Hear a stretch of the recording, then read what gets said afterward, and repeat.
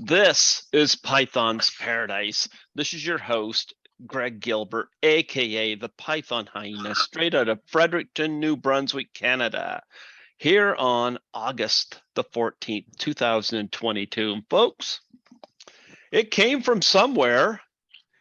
It obviously, if it's going to arrive, it's going to come from somewhere. I'm talking about the new independent film that's being shot, and the trailer looks great for it. Oh, gee, look at that. Bryan Parkerson. Should we let him in? Should we let him in? Should we let him in? Yeah, why not? Okay. We'll let him come in here. we got me and four guests. Apologize. Yeah. They were debating, drawing straws to figure out whether they should let you in or not, Bryan. Oh, well, that's what you get for being the black sheep of the group. You know, I'm used to it though. Okay. Well, we're going to go around the room. Of course, I did introduce myself, Greg Gilbert. I'm the host of Python's Paradise. And we have Ann Myrna. You are what for it came from somewhere. Hi, I'm Ann Myrna, and I play the role of Dolores in the film, and then I'm also the producer and AD. Okay. Bryan, speak. My name is Bryan Parkerson. I'm the one guy that has one job in the film so far. Actually, I may have just gotten a second job recently, but I'm one of the co-writers on the film along with Steve. Yeah, we were talking about you while you were straggling. I won't tell you what they were saying about you. There's no telling. It's like I said, it's I wear my black sheep status with pride. It's somebody has to be it. They reached out to me, they said, Bryan, we need a black sheep for the group. Are you man for the job? I said, absolutely I am. I'll do it well. So that's what I do. I'm the black sheep. You know, I'm in the dark. Why black sheep? Why not change it up? Go with, color. Maybe the Rainbow sheep. There you go. Ashley, what color did you Rainbow say? sheep. Is that the rainbow sheep? There's a rainbow sheep. Yeah, I don't know. I'm some sort of sheep, I guess. I don't know, but yeah, I'm like that sort of that balance. I keep everybody humble. They feel bad for me, and it just that pity that I get from the rest of the group keeps everybody humble. Now, of course, we got Steve Hermann, who's Steve Hermann just got back from the fridge. Yeah, he's not on. He won't show his face because he doesn't want us to see what he's doing. Steve, introduce yourself. My name is Steve Hermann, or my pen name Ashley Hefner. I am the co-writer and co-director and the mastermind behind It Came From Somewhere. So was that your head they were using for that TV show, Herman's Head? Yeah, well, I auditioned for it, but I was a little too young at the time. Okay, so these people aren't in your head, or do they want in your head? Nobody wants inside my head. You want to stay far away from that. You want in Bryan's head? It's very colorful. It'd be an interesting trip. I can tell you that it'd be an interesting trip. You learn something. I don't know how much therapy would be involved after the trip, but it certainly would be interesting if people could be in my head. Now we have Ashley. Ashley, your last name escapes me at the moment. You introduce yourself. Hefner, Hefner. Okay. My name is Ashley Hefner. I play Marie, and It Came From Somewhere, and I'm also the co-director along with Steve. Okay. Yeah, when I started this out, I had Ann and Steve, and then Ann told me, well, I was at work today. I got the message saying, we're going to have 2 more people. And I was like, awesome. Let's have a party, Fun fact, this is my 3rd podcast today that I've been on. Well, this is my second. I just interviewed somebody from Cool World, so second. But I have done 3 in a day before. So this is a record. I this morning, it was morning for him, but Early this afternoon, I interviewed Larry Hankin, and then we just did another podcast, and then we're on yours. So it's been I think 3 is my record. Now, my record for length of podcast, I was on somebody's podcast for close to 4 hours one time. And we had, really? I can talk. They all 3 of my cohorts here can attest to the fact that I can talk. Like we had to make ourselves stop. No joke. Like at one point we said, let's go ahead and wrap this up. And then 45 more minutes passed. It's like, we just need to go ahead and stop. So we can't bring up Quentin Tarantino on this one. And we'll have to save that for another episode. Oh, why? I love Quentin Tarantino. I had the Steve Hibbert, who was the Gimp from Pulp Fiction on here. Oh, that's so cool. Yep. Yeah. Really? 4 hours? Really? Close to 4 hours. Yeah, it was like 3 hours and 47 minutes, I think, was the grand total. Really? Well, Yeah. I had Craig Muckler of Microwave Massacre on here for 4 hours and 8 minutes. Nice. So he's obviously got a bigger mouth than you. but I have Paul Salmon, the author of Future Noir, the story of the making of Blade Runner. He was on here for 5 hours and 20 minutes.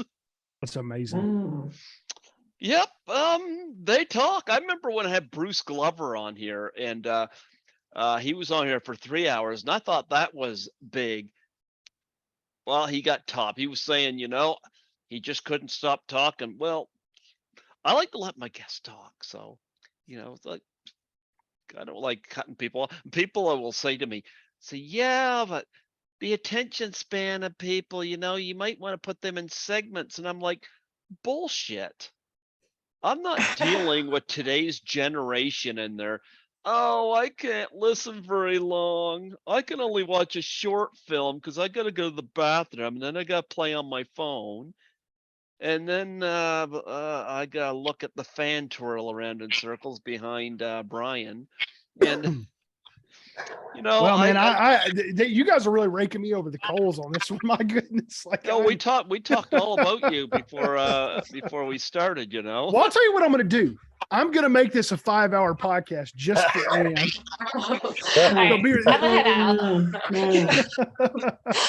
I am way too old to stay up that late. I'm sorry. Why? I apologize right now.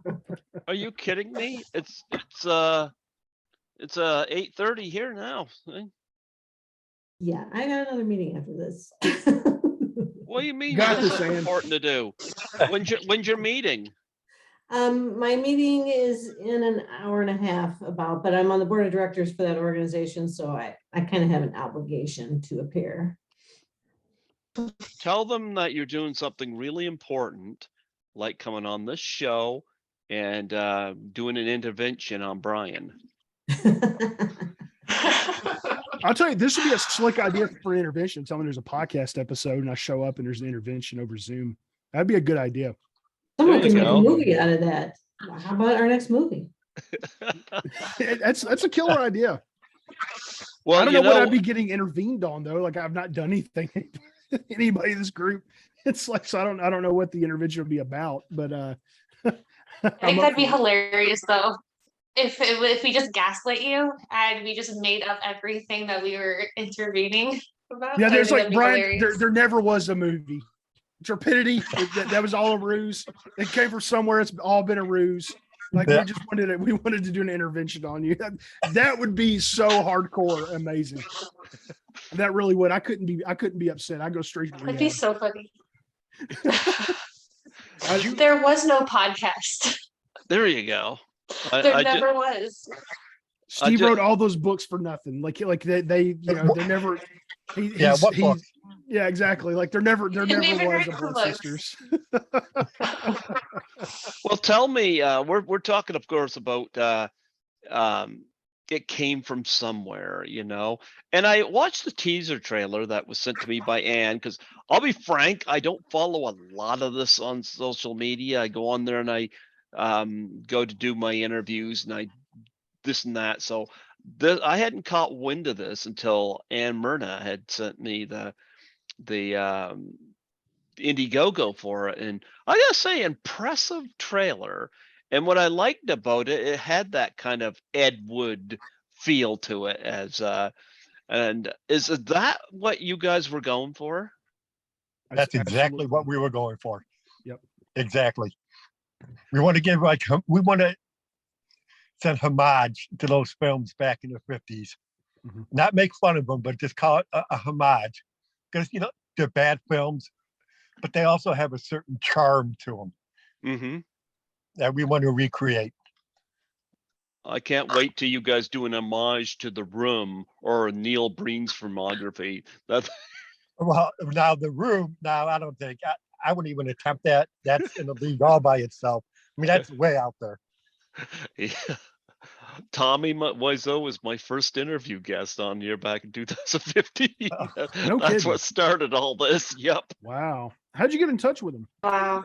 Actually, my former colleague and guest host connected with them, and I don't know what the story was because he didn't have any way to record the interview, and I was like, you could do talk to him on the phone. Let's do it at the time at the station, So after that, it was like, who else can we do this with?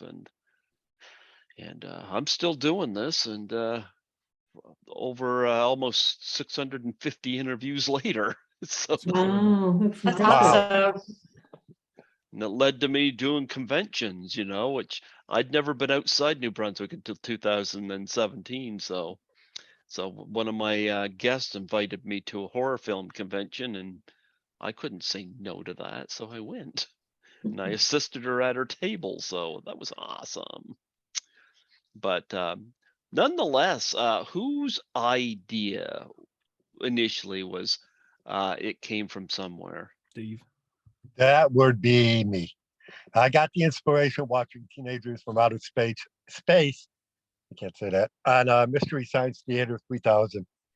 And Plan 9 was also another one of my favorite cheesy movies. So I got in touch with the cast of Trepidity, my last film, Mm-hmm. asked them, what do you guys think? Wouldn't that be cool to be doing something like this, 50 style film it as it was shot in 1950, not in 2022? And they were all aboard to go, yeah, let's do it. And from there, it just took off. I made a little teaser trailer, got in touch with Bryan. He said, hey, you want to co-write? He said, let me think about it. No, he said, yep. He didn't hesitate. I asked Ashley if she'd like to co-direct, and she was like, sure. And here we are. Absolutely. Ashley's got her mic off right now, so we can. There was a train going by and it was really loud. I thought we could hear it. I didn't want to create Well, extra maybe. sound there, but it's gone now.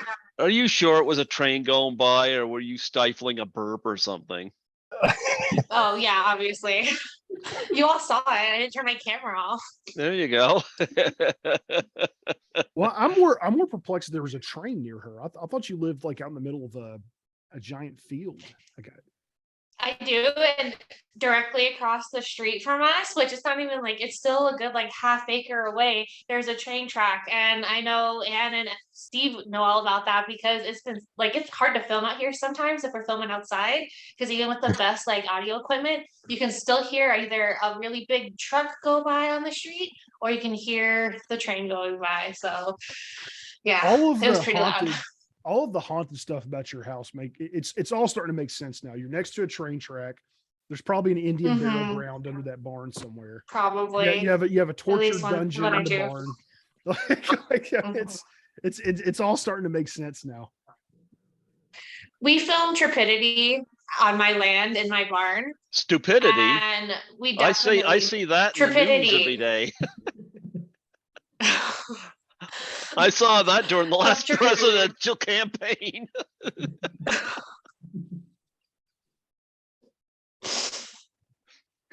Again, go on.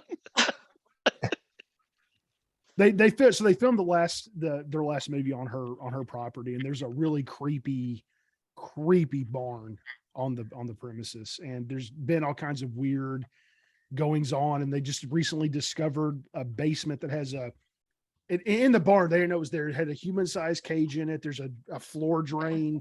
I mean, it's creepy, so I'm poking at her It's because terrifying. I'm just poking at her because they found like this angel statue out in the field. Now there's a train track in the mix I didn't know about. And I'm thinking like, yeah, it's all adding up. Next, there's going to be an Indian burial I gotta ground. send you some pictures and videos we took down there. It's terrifying. Yeah, I want to see them. It's Yeah, after this bad interview, vibes I do all wanna around. see 'em. There's also chains attached to the wall. I didn't even say that earlier. You know what? Like chains. I hate to go here, but I'm wondering if secretly Ashley's a dominatrix. It's not a secret. I'm kidding. Your property sounds like where X was filmed. I mean, we film our vampire series, Blood Sisters. We film that here, but there's a reason why we film Trepidity in the barn. It's creepy vibes all around. So you feel good that all your friends think you're creepy? I've always been creepy a little bit, so it's nothing new. They're friends with me for a reason. SJ and I get along because we talked about horror films like the first time we really met to film together. So that's why we all click, is through the horror realm. Okay, here's a question I'll ask all of you. What's your favorite horror film? Who you want to start with? Doesn't matter. Okay, Who's better? Steve, we'll start with you. Oh boy. The questions get harder as we go Exorcist. along. Exorcist. I had Still Eileen Dietz. creeps me out to this day. I had Eileen Dietz on from The Exorcist. She was Pazuzu. Oh, Yep. No, The Exorcist is great. Bryan, 1978 Dawn of the Dead. great movie. Yes, haven't had anybody on here from it, but well, I did have George Romero's widow on here, so that's a connection at least. Yeah. But yeah, it's probably my favorite zombie film, that and Shaun of the Dead and Zombieland. I've gotten to interview Jeannie Jeffries, Scott Reiniger. Mm-hmm. I've connected with I've connected with Jim Crut, Mike Christopher, Tony Buba. I've gotten to connect with a number of people from the cast. That's been really interesting. See, that's been my favorite movie for 23 years. And I never, when I was a 13-year-old kid watching this movie, I never would have imagined one day I'd actually be interviewing the cast and becoming friends with some of them. I mean, Jeannie Jeffries is wonderful. She's become a friend, and that's been a really cool full circle moment getting to do that. So what's your podcast called? Oh, it's called That Other Interview Show. So it's not called the Ashley's Dungeon in the Barn show? Well, we're still editing that episode. It's And what's your favorite horror film? Texas Chainsaw Massacre, the original. Okay, I've done 4 interviews from that movie. Nice. Terry McMinn. I've had Ed Gwynn, the truck driver. I've had John Dugan on, of course, was Grandpa. And Alan DeSanger I had on. So 4. How about you, Ashley? House of a Thousand Corpses and the original Halloween are both. I love the top tier for original me. Halloween. I love the It's so original good. Halloween. I've had Sandy Johnson on here 3 times from Halloween. It was Judith Myers. Okay. She's a doll. Now, House of a Thousand Corpses, I like, but I gotta say, I think Devil's Rejects was even better. I like Devil Rejects a lot too. Yeah. Don't get me wrong. Yeah. Bill Moseley's supposed to be at a convention I'm going to in October, so. good luck getting him on a podcast. Gonna interview him? I don't think he likes doing them.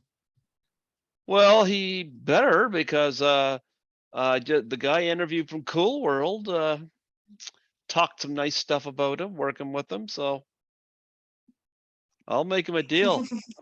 Do my podcast, I'll buy your autograph. Make him an offer he can't refuse. There you go. And that's when security shows up and escorts you out. No, they're not gonna do that. Blood Opera will be there, the band, they'll have my back. Actually, he'll be lucky if I get to him because Amy Steele's going to be there. So I mean, I'm going to be already vetoed right there. Anyway, so where did this project begin? Like what keyed in that you wanted to do this particular project, and I'm trying to think how to word this, because I love the black and white teaser trailer, and you guys nailed it with the guy, sitting at the news desk doing his declaration there. For those watching, I thought that was all great. Where did this all come from? I suppose it was Steve's idea. Yeah. Steve, put the beer down. I wanted to do something different. I mean, nowadays, really, you see horror slasher films for Indiegogo or fan films. I wanted to do something different, something truly unique. And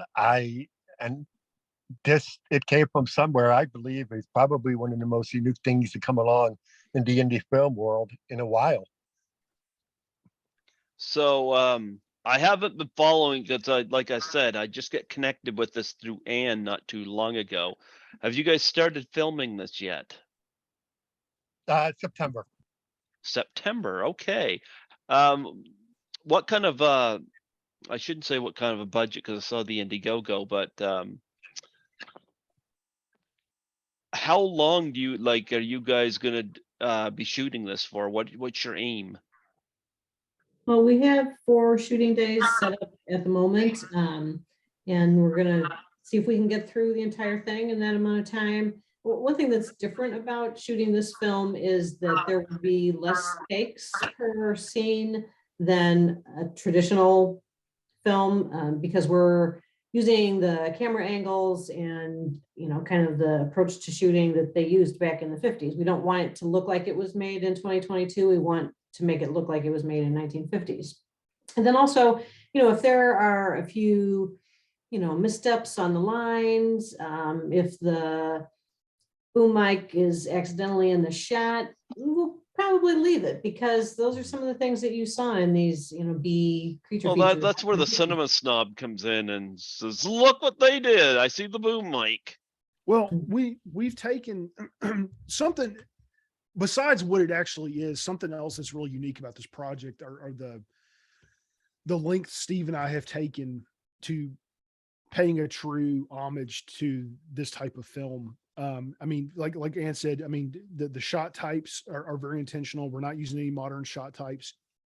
We're going to film in 4:3. It's going to be in black and white.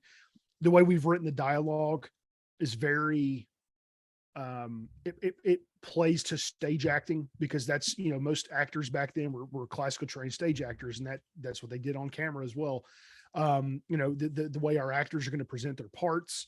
But even beyond that, what's really strange and cool about this, people are going to watch this film, judges are going to watch this film, they're going to see the cheese, they're going to see the bad special effects, but they're also going to see good screenwriting.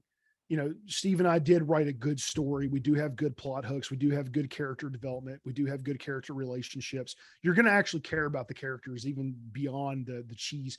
And we call it cheese today, but back then it wasn't necessarily cheese. People were doing the best they could with the budget they had. So we really are making great pains to truly write a love letter to Roger Corman and Ed Wood and these guys that made these films on shoestring budgets with limited technology. We really want to pay homage to that and pay respect to what they did. So are you sure it's only going to be like one take? You guys don't want to take the Stanley Kubrick 80 takes bet? Just think of what we're going 1 or 2 at the most. Just think what you could do with Ashley with 80 takes. What? That sounds like an episode of Blood Sisters. Yeah, I mean, like it's yes, I mean, so yeah, we are going 2 to 1. There'll probably be a couple scenes that'll require more than 2 takes. But also, like what Ann said, I mean, one of the cool things about a project like this is it's a very forgiving project. There's a lot of grace in, like for example, I have here on my desk next to me a glossary of alien terms that we came up with as we were writing the script. And during the table read last week, one of our actors, Jake, was going through a more difficult scene because it's the lines are really built of these alien terms. And then Magdalena has a response to one of the things he says, and she mispronounced the words. And her immediate reaction was like, "Oh, wait, I messed up." I'm like, no, keep going with it. That's good. Like, mess up what you're saying. That's what we want. Right. The way That's this some film more. is and what it is, it really is forgiving. It lends itself to these mistakes. Like Ann said, the boom might being in the strings on a flying saucer being in there. That was all part of the charm of these movies. So there's sort of a grace that's there and inherently with this project. And you I was also mentioned, gonna say, yeah. sorry, we're also comfortable with each other. The cast and crew, most of us have worked together plenty of times before. I think we're gonna honestly nail it probably in one take where it's gonna be too good, and me and Steve are gonna have to be like, no guys, come on, make it a little bit more, a little bit Yeah. more cheesy. Stop being so good at acting. That's honestly what I anticipate having to tell some of the actors. I can already see it happening. And we, Yeah, we, that- And I we- always, we say, I learn. mean, the actors and actresses have to undo everything they learned in acting school. Yeah, Steve and I saw that challenge in writing. Steve over and over again kept saying, like, this is the worst thing I've ever written. Like, we would write. There were times, Steve, we wrote dialogue and it was too good, and we had to erase the sentence and kind of make it Tease it better. up. And what's the new standard for what we're calling this? Convoluted Convoluted dialogue. Convoluted dialogue. Convoluted dialogue. Yeah, that's our new standard. Like we had to convolute it a little bit and make it less. But there's some silliness there too. I mean, we're not, we're not wooden about it. I mean, there's, a rotisserie chicken that's showing up in a scene, and there's, like we're not, we're having fun as well. I mean, there's a couple running gags in it, but like I said, we really are trying to honor people like Ed Wood and Roger Corman and all these directors that did these films. We want to do something that honors what they did, and is a true representation of that style of filmmaking. I mean, heck, it'd be cool if we could, Steve joked around and posted a picture of a Super 8 camera.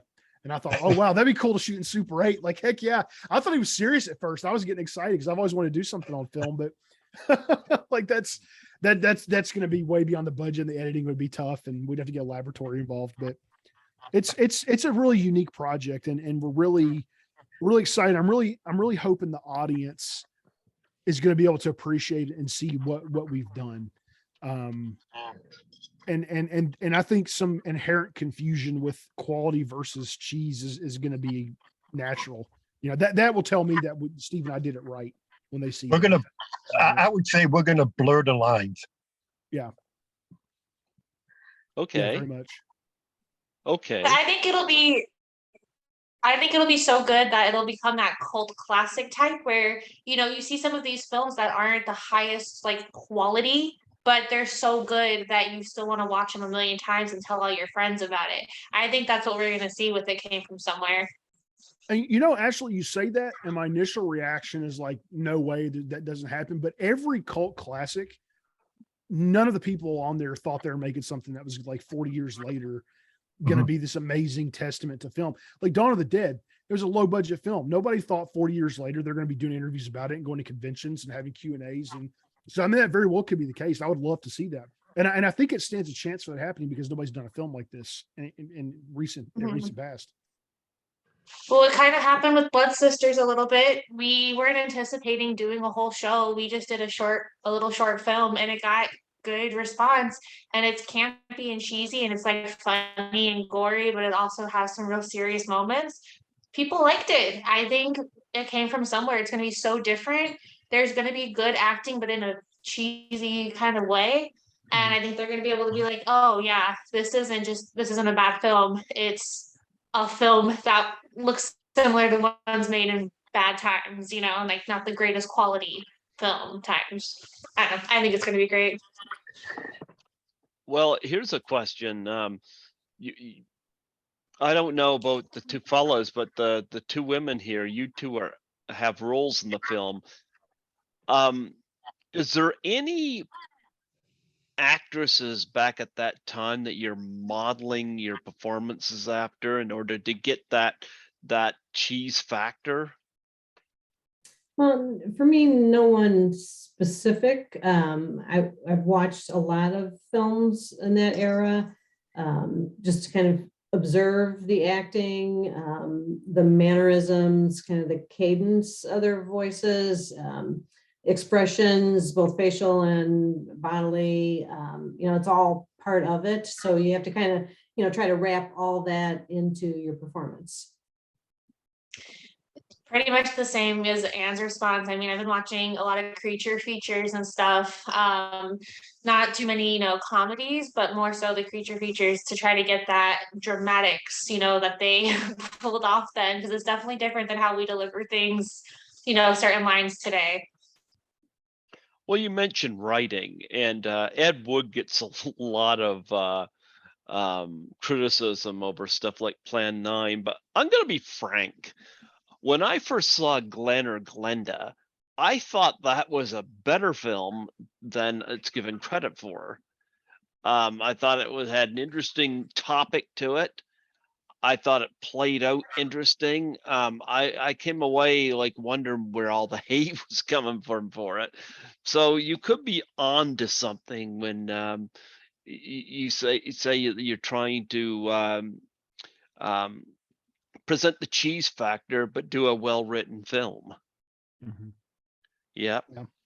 It wouldn't. There have been a number of films that weren't appreciated in their time.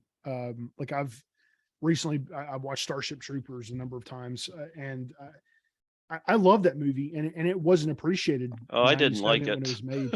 I But- thought that movie was dumb as shit.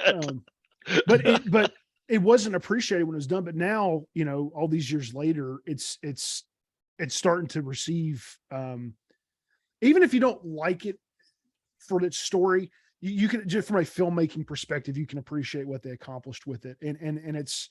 But that's an example of a movie that wasn't appreciated in its time, but today is receiving the recognition that deserves as a well put together film. Another example is The Thing. The Thing today is it's That a cult one I classic, like. but it was a box office flop. It failed miserably. Mm-hmm. But today it's considered one of Carpenter's greatest films.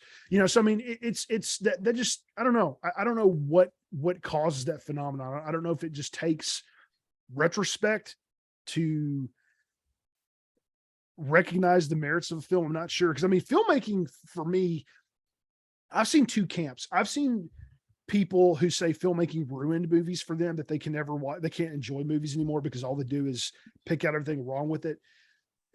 But then there are other people like myself. Filmmaking actually enhanced the movie experience for me. Like I watch a movie now and I'm really in awe of what people accomplish. I mean, I look at how difficult it is to make a movie on next to no budget. All the pre-production and the planning and trying to find money and the cinematography and now I watch a movie and I love them even more, because I could just I'm thinking about how hard it is to make the movie I'm making right now, and I'm like, holy crap, man! Like these people, like I watched Tor recently, and my jaw was on the floor, watching that. I was so in awe of what they did. The cinematography's good, the screenwriting is good, the acting is good, and they've got these aerial shots, they're chasing planes. I'm like, oh my gosh, this is amazing. And I'm like, I'm struggling to find a location for my ending, and these people are, having aerial battles. And so it's really enhanced the filmmaking experience for me. Absolutely. Cult classics.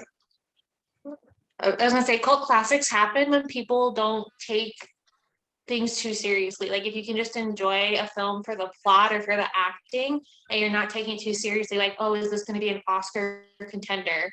Like if you're always just going to worry about what is the best the next best thing and comparing it to everything else, you're not enjoying watching movies anymore. So cult classics happen when it's those that aren't the box office successes or the Oscar contenders, and they don't get all that buzz, but then everyone's like, oh, did you see this really awesome movie? And it's all word of mouth. And it's because they're not taking it too seriously. They're just enjoying what they enjoy. And I think this is something that people are just going to enjoy. They're going to have a lot of fun watching it.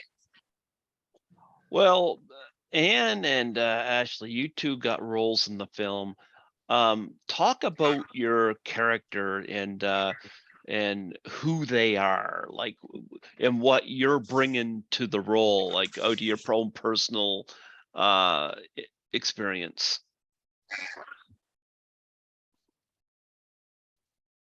Okay, so my character is named Dolores, and she is a grandmother.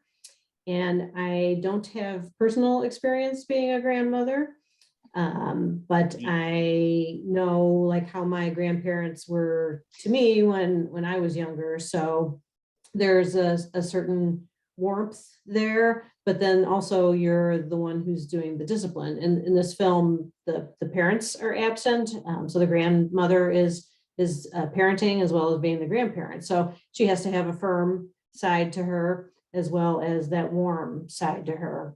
So that's kind of the character. I mean, it's not a real complex character. I don't want to say too much about what happens to my character in the film. I mean, lots of bad things happen to lots of people in the film. So you'll have to watch and see whether anything bad happens to me, or, perhaps I'm just a helper kind of person. We'll leave that a mystery. Is that like a reference to the dungeon in the barn?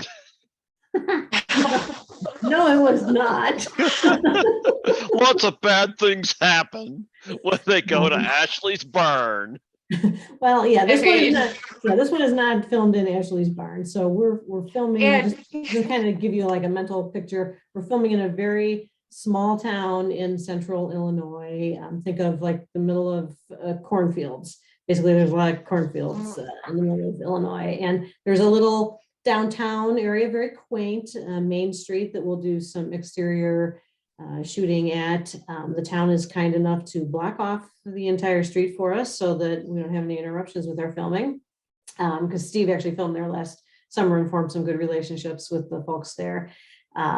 But the film includes not only aliens, but also a creature. So you can assume there's a certain amount of havoc that occurs. Okay. Well, Ashley, talk about your character and what what your approach is to playing her. My character's name is Marie. She's one of the teens, one of the teenagers in the like core group. My husband in real life is going to be playing my boyfriend, and It Came From Somewhere as well. It's kind of a bit of a family affair. My character's a little saucy, at least for 1950 standards. She's sarcastic too, but again, not too deep, not too complex of a character either. And I don't know, it's just she seems like she's going to be a lot of fun to play. She kind of is like, I don't know, I don't want to give anything away either. I almost just did. It's going to be fun. It's a lot of, I'm playing a teenager again, so I'm surprised I haven't outgrown playing teens yet. But I've been watching, a lot of creature features where the damsel usually is either a young girl or a teenager. So it gives me a lot of stuff to work with. So you're gonna be a damsel?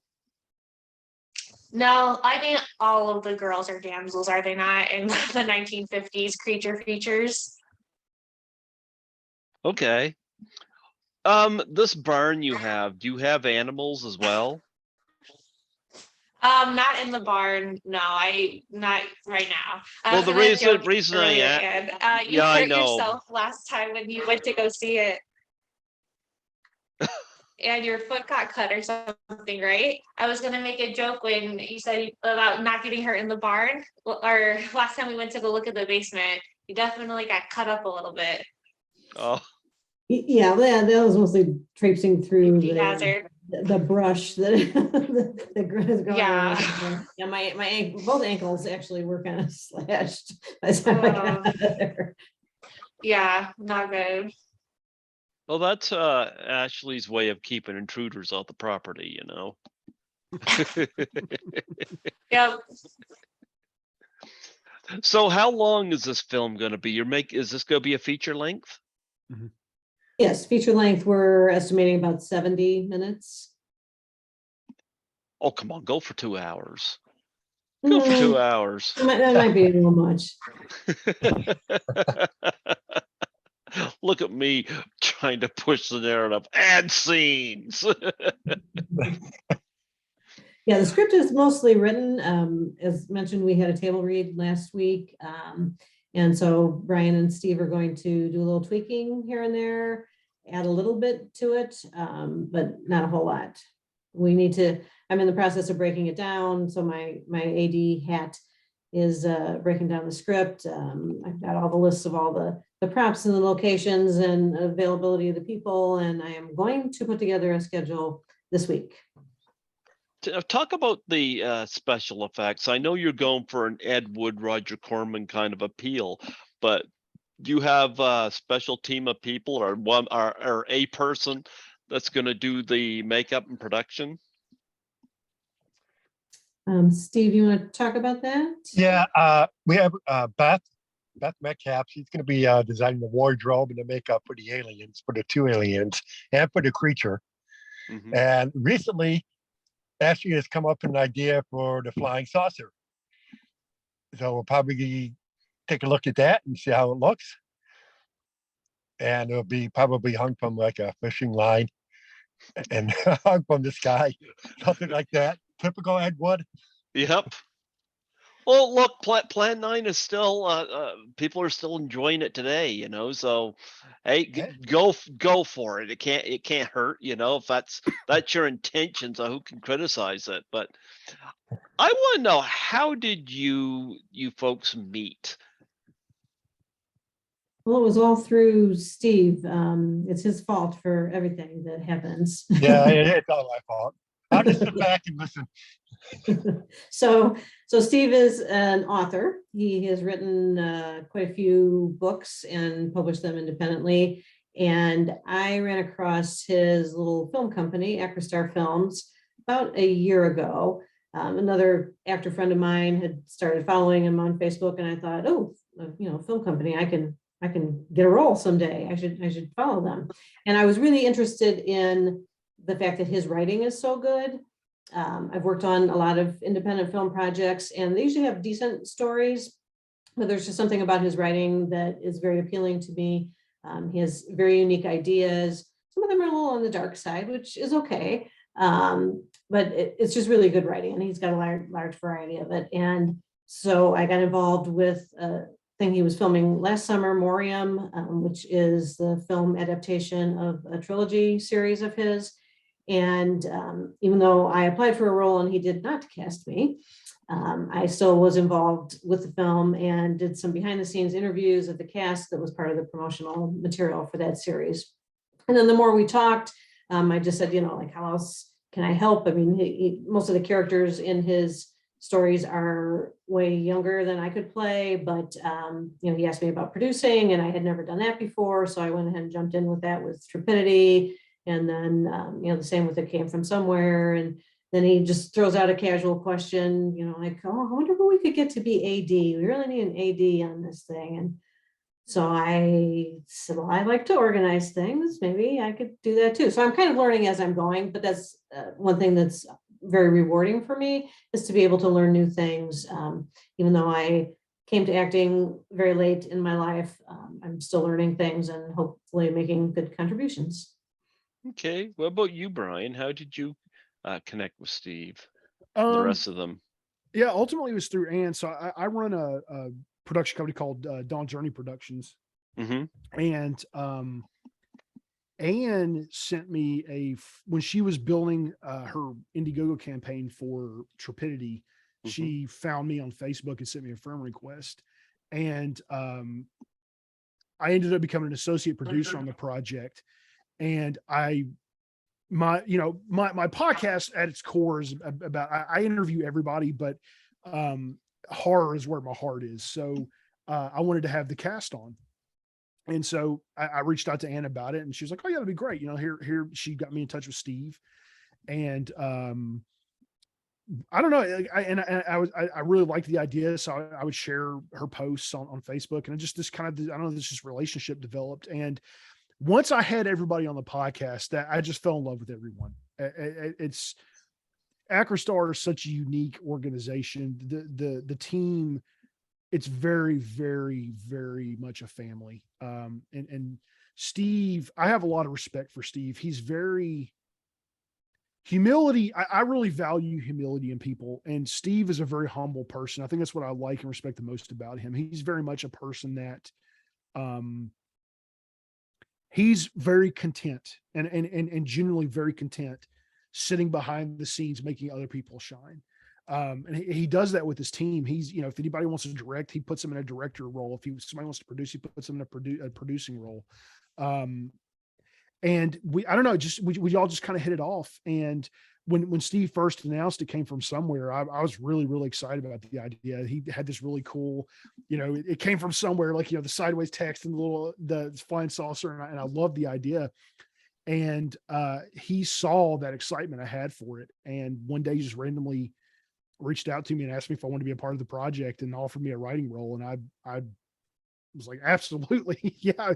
When do I start? You know, and that's the way it's been. And I mean, even with the podcast, having everybody on, they made me feel like part of the team, even though they were on my show. I mean, it's just a really great group of people, and I'm really humbled and thankful to be a part of their team.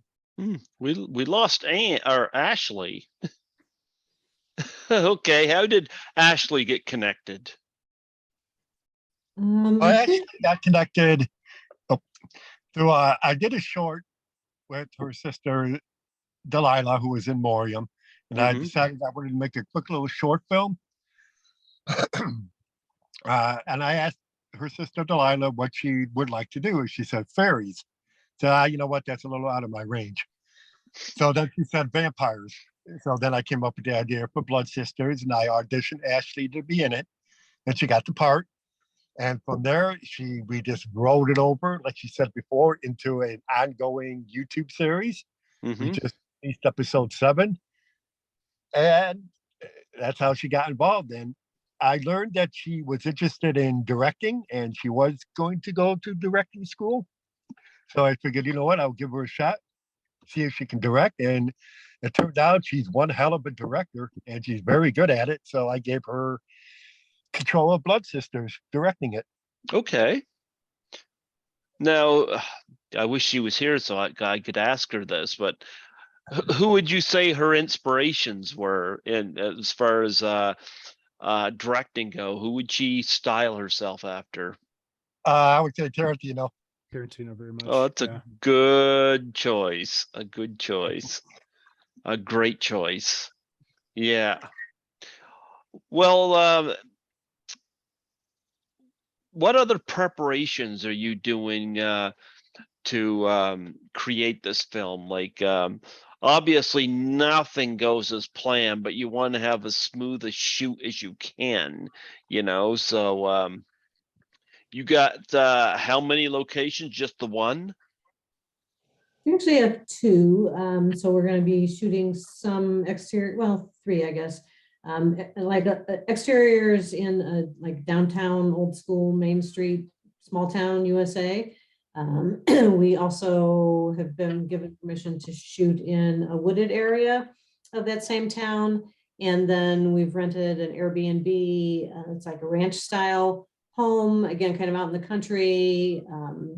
That home has not been fully updated. So things like the light fixtures, and there's paneling on the wall, you know, kind of has a 1950s vibe to it. So we're using that Airbnb for interiors and exteriors also. Okay. Well, you know what? I gotta say the teaser trailer was pretty impressive. Even you had the shot of course, a little girl gets abducted by the aliens. I like how she pulls the bed sheet up over her head. Anyway, yeah, but I love the black and white filming of this. You know, I think as far as that teaser trailer goes, you guys nailed it. You know. Thank you. Yep. And I love the delivery of the guy on the television. Very 1950s, both in look and in delivery. That guy nailed it. Who's that actor? That's Randall Cole. He's actually, he just threw that together on his own. So he's actually playing the creature in the film, so you won't really see his face much, but we have a Facebook Messenger group for cast and crew, and we're just tossing around ideas like, how can we get people interested in this? And he had the idea that, like maybe he could play like a 1950s reporter, and is it okay if he throws something together for us? And so like an hour later, he delivers that piece. He's got his hair slicked back. He doesn't normally wear glasses. He had the glasses on. He just did an awesome job at kind of Oh, it was capturing. great. It was Well, great. Are you talking about the gentleman sitting at the table in the tablecloth in the black background, or the news person? No, The he's talking about the news. news person. Okay. Yeah. Yeah. Because we also have in the film, there will be, and we have different versions of teasers out there, but in the film also there's a narrator who kicks things off at the beginning that is kind of akin to Criswell in Plan 9. Ours is called Grimwell. And that was where some of that convoluted dialogue makes its first appearance. Okay. Well, Steve, where can people connect with you? And of course, you got an Indiegogo, but where else can they find your work? Well, my books, they can be found on Amazon.com, S.J. Hermann. Mm-hmm. I also have a website, aquastarfilms.com, and a YouTube channel, Aquastar Films. Okay, what's your book called? Which one? Oh, you got several. Okay. I have like 8, 9. Okay. That I did not know. Okay, where can people get your books? Are they like on Amazon? Yes, they're all on Okay. Amazon. Are they horror related? Pretty much, yeah. Okay. Horror, supernatural, paranormal. Okay, and name some of the titles, give people something to whet their appetite. Okay, there's Morium, there's Trepidity, there's Stranded. Let's see. Oh geez, I'm drawing a Splintered Love. That's like a paranormal romance art anthology. You mentioned Trepidity. Now, how was it like adapting that to film? That was hard because in the book it takes place normal time in a house on Halloween. I didn't have access to a house, so Ashley was gracious enough to offer her barn. Mm-hmm. So I just shifted the scene to the barn, and then it hit me. Well, what about cell phones? The normal cliche in all these horror films. Oh, no cell phone signal. The cell phone's not working. So I eliminated that and just put it in 1986. Okay. Why 1986? And year I graduated. Okay. All right. Okay. What about you, Bryan? Where can people find you and web pages and whatnot, that your podcast? Plug it all on here. Yeah. Facebook is where I'm most active. It's just under Bryan Parkerson. I've got a Twitter as well. You can just search for my name. My company, Dawn Journey Productions, we have a Twitter page, we have a Facebook page. My podcast is called That Other Interview Show, and we've got a Facebook page for it as well. And we're in production right now on a film called Blood Repentance. We're picking up here towards the end of the month. We're going to be picking production back up again. And we're in the works on getting a site built as well. We're still pretty new. Okay, what's that film gonna be about? It's a vampire film. You have a favorite vampire film? Probably The Lost Boys. My favorite is the original Fright Night. That's a great movie, man. That's such Love a great that movie. You need to talk to Harrison Smith, B. Harrison Smith. Mhm. He is on Twitter. Reach out to him. He does podcasts. Fright Night is one of his favorite horror films, and he is actually, it may be his favorite horror film. He is a great interview, and the guy's a movie genius. You'll love talking to him. Okay. What about you, Ann? You put this all together for the show today. Where can people find you, and what do you have to plug? Of course, I plug itcamefromsomewhere.com, But if you want to know more about me personally, my actor website is annmyrna.com. And I have links there to social media and IMDb and stuff like that. Can't believe you're playing an elderly woman, you know? I mean, you're what, 39 years old? Yeah, I just had a birthday. Yeah, 39. That's a good number. There you go. I just turned 50 in July, so yeah, I feel it every day at work. I'll tell you that. I realize I can't do the stuff I did at 25. Yeah, the thing is, your mind sometimes thinks you can, and then your body tells you otherwise. So yeah, you have a lot of fun to look forward to. Well, I did double shifts of working at the hospital, and I was like, I have about another 4 hours to go on my second shift, and I was feeling like one of those Romero zombies. Yeah, I was feeling it. I'll do it. Yeah. Is there any last things you guys want to contribute before we close off? Yeah, I would just invite people to check out the Indiegogo campaign. Again, it's simple to get to, just itcamefromsomewhere.com. And we've got the trailers out there. We've got all the cast information, the synopsis, where the idea came from, and then of course perks, so that people can participate in this film and help us put together a great film. But regardless of whether we make our goal or not, we're 100% committed to making this movie. We'll make it one way or another. It's just if we have more funds, then we can cover more expenses. Absolutely. Well, you know what? Feel free. I think I got you, Ann, on Facebook. And others, feel free to add me. I think I might have. I don't know. I don't remember if I got Steve or not.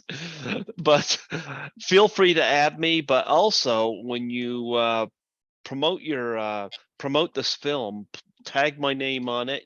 That way, it can appear on my page. I don't mind at all. Awesome. And thank you. yeah, Thank you. that way other people can check it out. Awesome. Thanks so much. And we appreciate you you so having much. us on here. I appreciate your time and all your efforts. Yes, and we appreciate Ashley, who I don't know whether I had to step out or whether her connection was bad. I don't know. I thought Steve had the bad connection, so I don't know. Oh, I'm hanging out. I'm looking at my data bar, like going from 0 to like 1. And sometimes the guys were stuttering, so I'm hanging in there. You're hanging in there. Yeah, Well, she's out in the country herself, so yeah, she didn't leave intentionally. I'm sure the connection just dropped and she can't get it back. Oh, this was my part where I could take it personally and say, I'm offended. We talked too much about her dungeon. No, I appreciate having her on here, and appreciated Ann, you connecting and we with Steve and adding these other 2 individuals on here. This is fun, It's not every day I do a Zoom where I have multiple players like this. So perfect. We got like this Brady Bunch box thing going on here right now.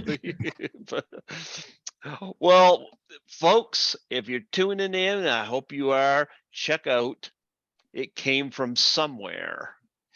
And it's got a great teaser trailer. We're looking for something in the realms of Ed Wood, Roger Corman, and yeah, that kind of movie.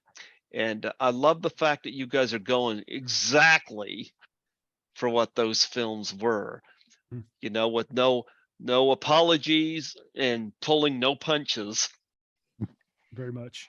Absolutely. Yep. Well, God bless you. Thank you guys so much for coming on the show. This was a lot of fun. And again, feel free to tag me on anything you guys are promoting. I'm fine with that. Thank you so much. Appreciate it, Greg. Thank you so much. All right. Take care. Bye-bye. Bye-bye. Bye-bye.